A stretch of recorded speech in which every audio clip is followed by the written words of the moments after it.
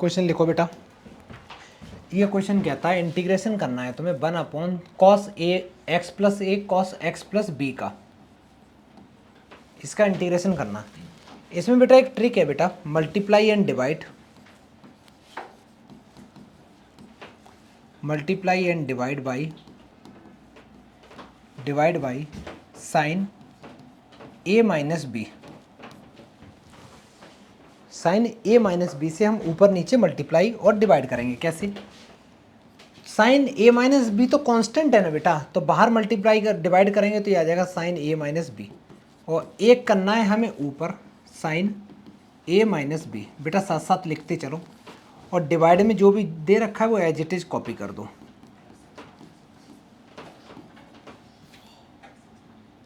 देख रहे हो मैम डर रही हूँ वहाँ पे। और क्या पता ज़्यादा ज़्यादा क्या होगा, छिपकली होगी। और डायनासोर तो आ नहीं सकते हैं कोचिंग में। सुनो बेटा, इसको लिखा 1/sin a minus b, a minus b integration of. अब यहाँ पे समझने वाली बात यह है, मैं करना क्या चाह रहा हूँ वो समझो। लॉजिक सिर्फ इतना है बेटा कि मैं एक्चुअली इन टर्म को कैंसिल आउट करना चाहता हूँ। ठीक, अगर ऊपर जो लिखा है साइन, इसको मैं ऐसे लिख दूं, साइन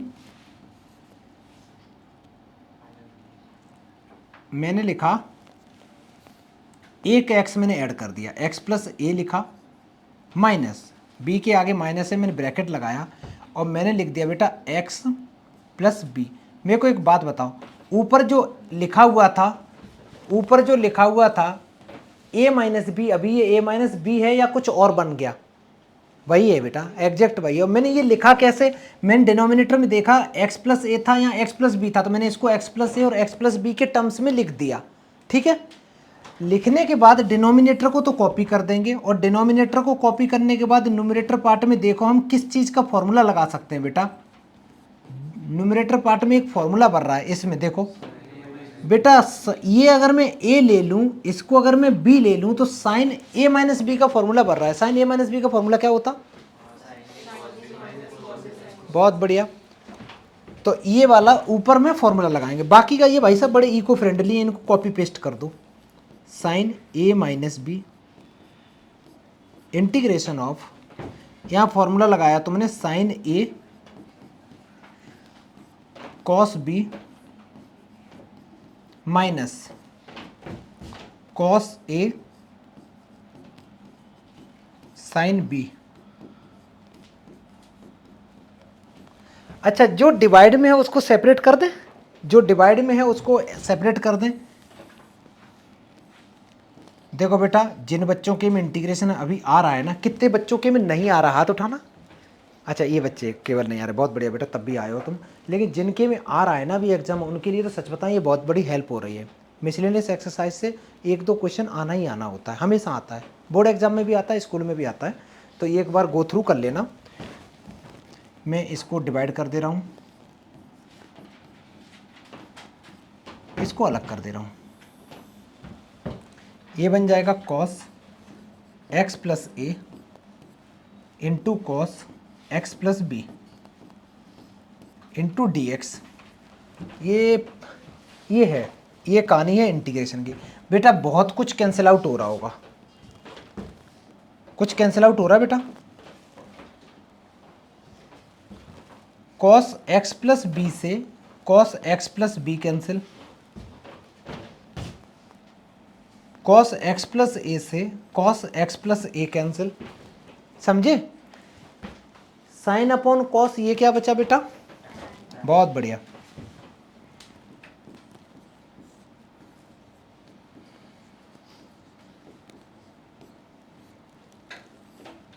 ये बचा तुम्हारा tan x प्लस ए, इन एक ये बचा माइनस साइन अपॉन कॉस, बेटा वो भी तुम्हारा tan बचा x plus b into d x. tan x का इंटीग्रेशन क्या होता है बेटा? Log mod sec x। पहले इतना करो, अच्छे से लिखो बेटा, यहाँ तक समझ में आया? इसके बाद क्या है, इंटीग्रेट कर दो, कुछ नहीं, कोई टेंशन नहीं बेटा, डायरेक्ट लगेगा, यहाँ तो कोई टेंशन ही नहीं है। तो यहाँ क्या आ जाएगा? ये आ जाएगा integration of 1 upon sine a minus B.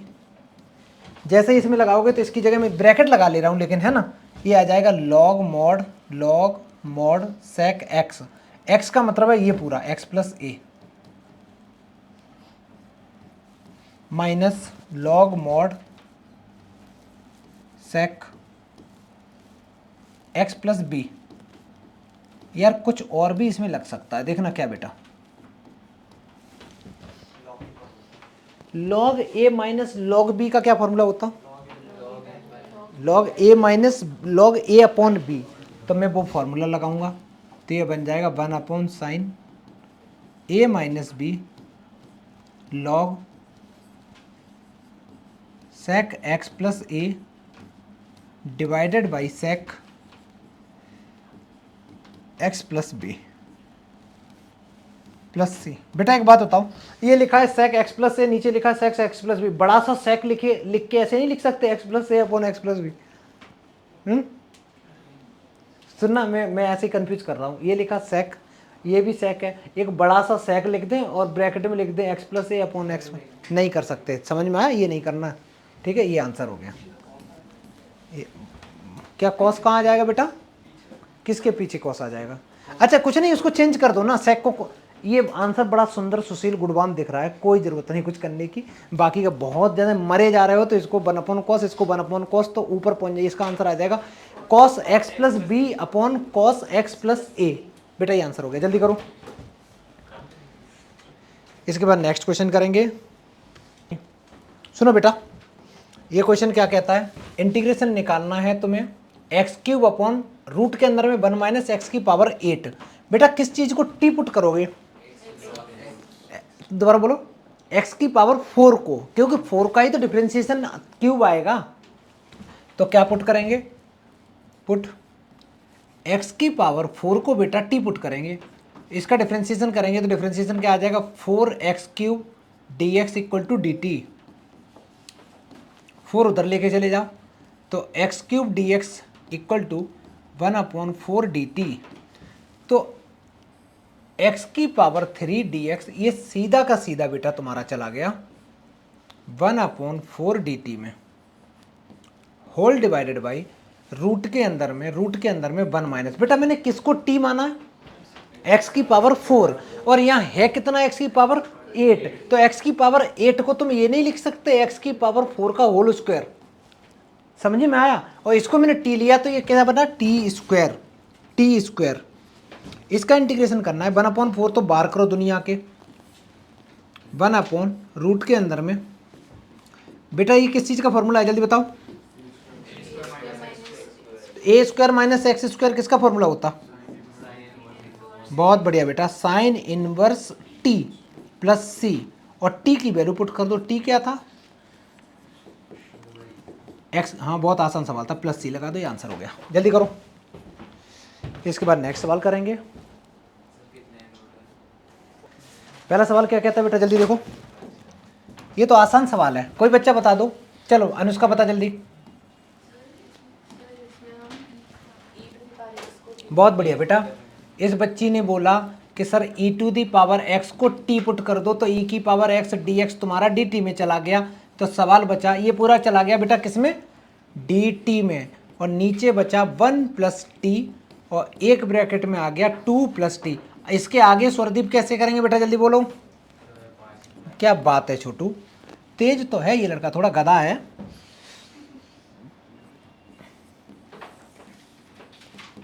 By using partial fraction, ये सारी रिकॉर्डिंग जाएगी बेटा, सबको पता रहेगा। अच्छा सोचो, रिकॉर्डिंग तो अब यूट्यूब पे डली रहेगी। इसके बच्चे कहेंगे पापा देखो आपको गधा बोल रहे sir. By using partial fraction. सुन बेटा, पार्शियल फ्रैक्शन लगाएंगे इसमें, तो ये बनेगा 1 upon 1 plus t 2 plus t equal to a upon t 1 plus t plus b upon, साथ साथ करते चलो बेटा स्पीड में, है ना। एलसीएम लेंगे दोनों तरफ और कैंसिल हो जाएगा। और मैं तो ये बोलता हूँ एलसीएम लिया भी मत करो, क्या कैंसिल करके दिखाओ, डायरेक्ट लिख दो। अब इतना स्मार्ट हो गए, पता ही है वही चीज़ आनी है बार बार, क्या एक स्टेप बचाओ। ये हो गई तुम्हारी इक्वेशन नंबर 1।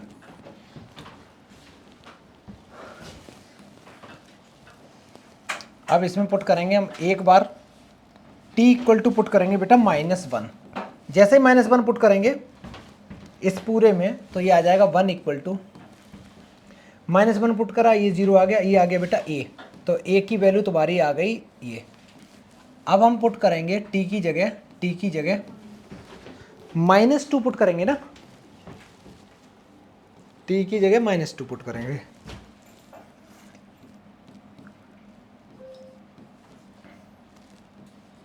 ये तो 0 हो जाएगा पहला वाला, t की जगह -1।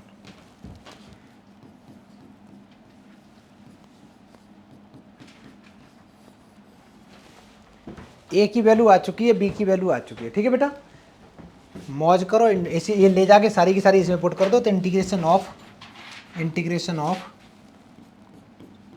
1 + t 2 + t dt equal to a की वैल्यू है 1/dt और b की वैल्यू है -1/2 + t × dt। गुरतेज इसका आंसर क्या होगा बेटा? Very good, log mod 1 + t। दूसरे वाले का होगा log mod, यहाँ पे मेरा t कहाँ चला गया यार, ये t है, log mod 2 + t प्लस ये फाइनल आंसर हो गया बेटा। बस t को रिप्लेस कर दो, t था क्या, e⁻x। थोड़ा सा इसको और भी सॉल्व कर सकते हो आगे, लॉग की प्रॉपर्टी लगा के। लॉग की प्रॉपर्टी लगाओगे तो क्या आ जाएगा, नहीं भी लगाओगे तो चलेगा, ठीक है, लगा दोगे तो ये आंसर आ जाएगा। चलो मैं लगा दे रहा हूँ, मन कर रहा है ऐसे ही।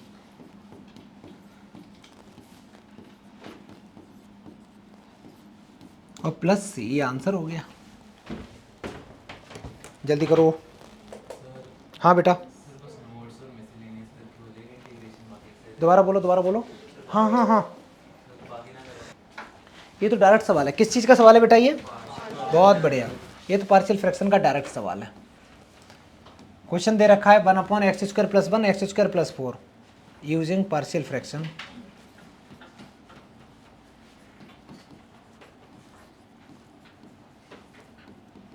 पार्शियल फ्रैक्शन हम लिख सकते हैं 1/x² + 1। आजा बेटा आजा x² + 4 इक्वल टू लिख सकते हैं बेटा a/। अच्छा लिखेंगे क्या बेटा पार्शियल फ्रैक्शन, क्या लगाएंगे जल्दी बताओ, जल्दी बोलो। चलो अनुष्का बता, तनक बता। a नहीं लिखेंगे, ax + b, इसमें पहले वाले में लिखेंगे बेटा ax + b divided by x² + 1। दूसरे में क्या लिखेंगे बेटा cx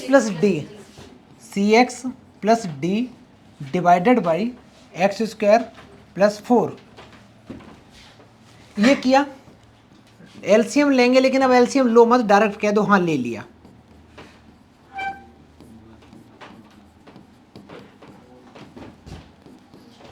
cx + d into x² + 1। जैसे ही ये लिखा, अब बेटा भाई x की जगह 0 1 2 3 जो भी पुट करना। अब इसमें तो तुम्हें अपनी मर्जी से ही बेटा वैल्यू पुट करनी पड़ेगी और तुम्हारे पास कोई ऑप्शन नहीं है।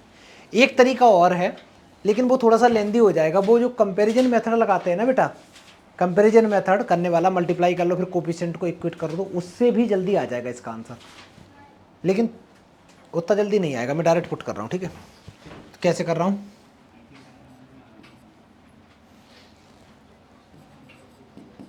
x equal to direct 0 put कर रहा हूँ। जैसे 0 पुट किया तो 1 इक्वल टू ये 0 हो गया, ये b आ गया, ये 4b आ गया। ये 0 पुट किया, ये 0 पुट किया तो इधर आ गया, सिर्फ और सिर्फ d आ रहा है। तो एक इक्वेशन तो तुम्हारी ये आ गई। बात नहीं करो छोटू, है ना, तुम लेट आए हो एक तो। चलो एक तो ये आ गया। क्या मैच था, क्या था बेटा? अच्छा, अब की बार x की जगह देखो 0 तो पुट कर चुके हैं, अब क्या करना है, x की जगह 1 कर लेते हैं।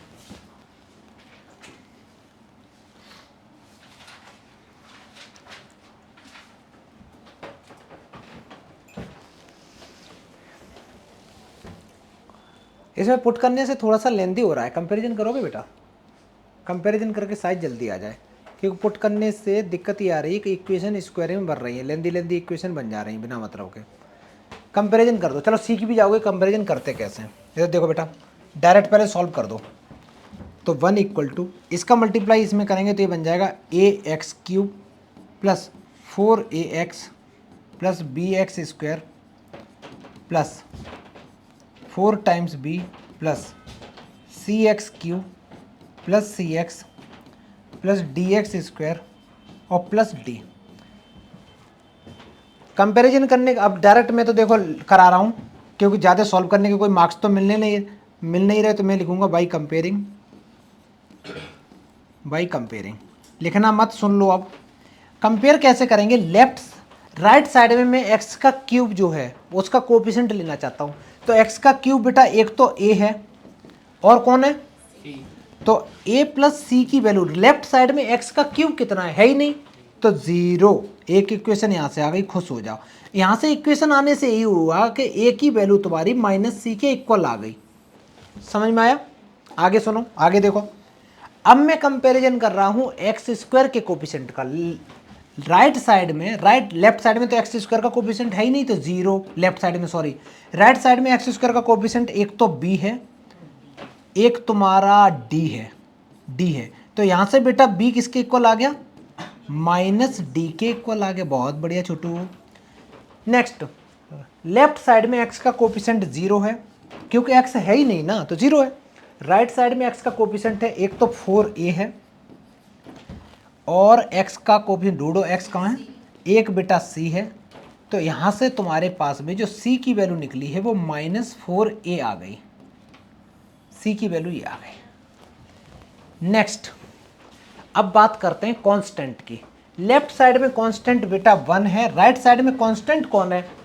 इधर नहीं है। एक तो 4b है, एक 4b है, आगे बढ़े, एक d है।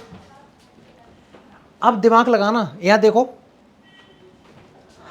यहाँ b लिखा है, d लिखा है और b d में रिलेशन है। b किसके इक्वल है? -d के इक्वल है।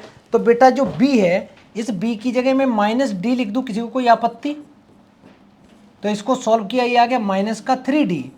तो यहां से बेटा d की वैल्यू कितनी आ गई? -1/3। समझ में आया? अगर d की वैल्यू -1/3 है तो b की वैल्यू कितनी है? +k1/3 है। दो तो ये आ गए। आगे सुनो, क्या सुनो, आगे कुछ हो? अब आगे हम कर सकते हैं किसको बेटा? अब इसकी वैल्यू जो इसे c की a की वैल्यू -c है ना, a की जगह -c पुट कर दो। a की जगह -c पुट कर दो तो यहाँ आ जाएगा। देखना बेटा, जैसे ही मैं c = पुट करूँगा, a की जगह -c पुट करूँगा, तो ये आ जाएगा c = +4c। बेटा ये तो -c - 4c = 0। तो c की वैल्यू कितनी आ गई बेटा? 0। अगर c 0 है तो a कितना है? a भी तो 0 हो गया। अब ये मत कहना -0 हो गया।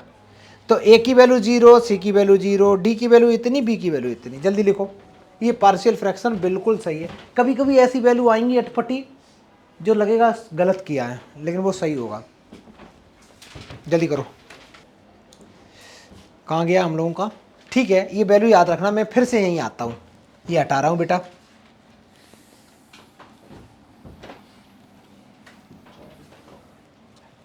a की वैल्यू 0, b की 0, सॉरी b की कितनी है? 1/3।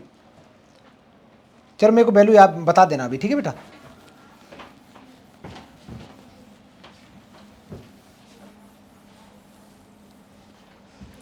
अब हम लोग इसको इंटीग्रेट करेंगे बेटा, तो इंटीग्रेशन आ जाएगा 1/(x² + 1 x² + 4 × dx equal to integration of. a की वैल्यू कितनी आई थी बेटा? 0 आई थी ना। तो और b की कितनी थी? तो 1/3 divided by x² + 1 × dx plus c की वैल्यू कितनी थी बेटा? 0 और d की -1/3 डिवाइडेड बाई x² + 4 × dx। 1/3 बेटा कॉमन ले लिए। 1/x² प्लस ए स्क्वायर का क्या इंटीग्रेशन होता है? 1/a tan इनवर्स x/a, और a की वैल्यू बेटा यहाँ पे तो 1 है, क्योंकि 1 को मैं 1 स्क्वायर लिख सकता हूँ, तो ये डायरेक्ट आ जाएगा इसका answer tan inverse x plus नहीं माइनस ये 1/3 तो बाहर आ जाएंगे, ये बचा 1 एक बार लिख दे रहा हूँ, 4 को लिख सकता हूँ 2 का square into dx।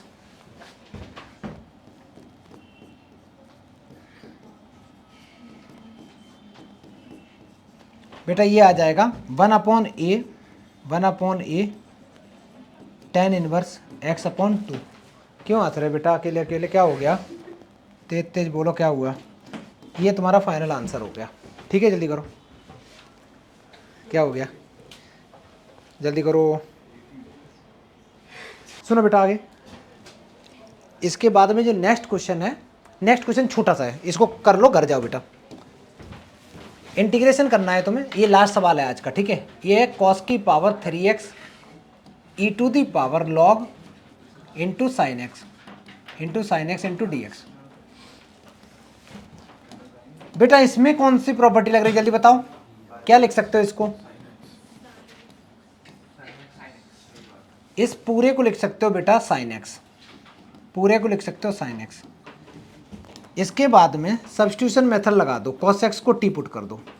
cos x को जैसे ही टी पुट करोगे तो माइनस साइन एक्स dx तुम्हारा dt में चला जाएगा, माइनस उधर भेज दो, तो sine x dx equal to minus dt, ये पूरा माइनस dt में चला जाएगा। तो इंटीग्रेशन बचेगा, इंटीग्रेशन t की power 3 into minus times dt, तो इसका इंटीग्रेशन होता है t की पावर 4/4 प्लस c, और t है कौन? t है cos, तो cos की power 4x divided by 4 plus c, this is the correct answer. समझ में आया? जल्दी करो बेटा अच्छे से,